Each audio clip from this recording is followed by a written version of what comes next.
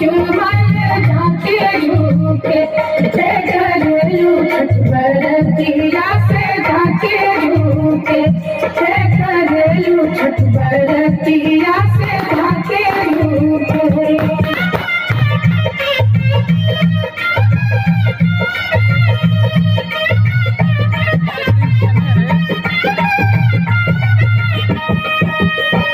हमको से पूछी बरतिया बरतिया से कितना लागी, हमको से पूछी बरतिया बरतिया से कितना लागी घरेलू छठ बरतिया से कितना लागी घरेलू छठ बरतिया से कितना लागी।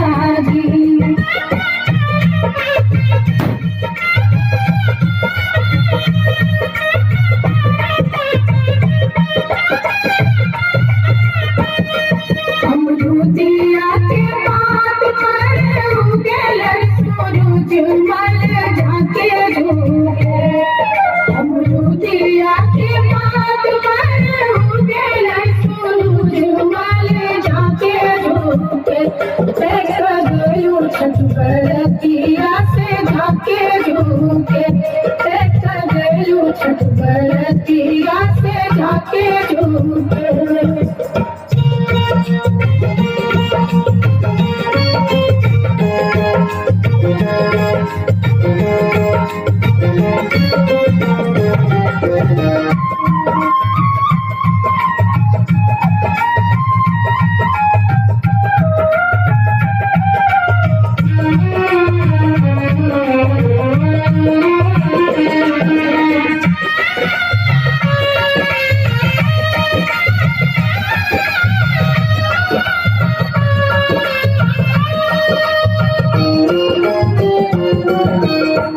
हमको से पूछी बरतिया बरतिया से कितना लागी, हमको से पूछी बरतिया बरतिया से कितना लागी घरेलू छठ बरतिया से कितना लागी घरेलू छठ बरतिया से कितना लागी।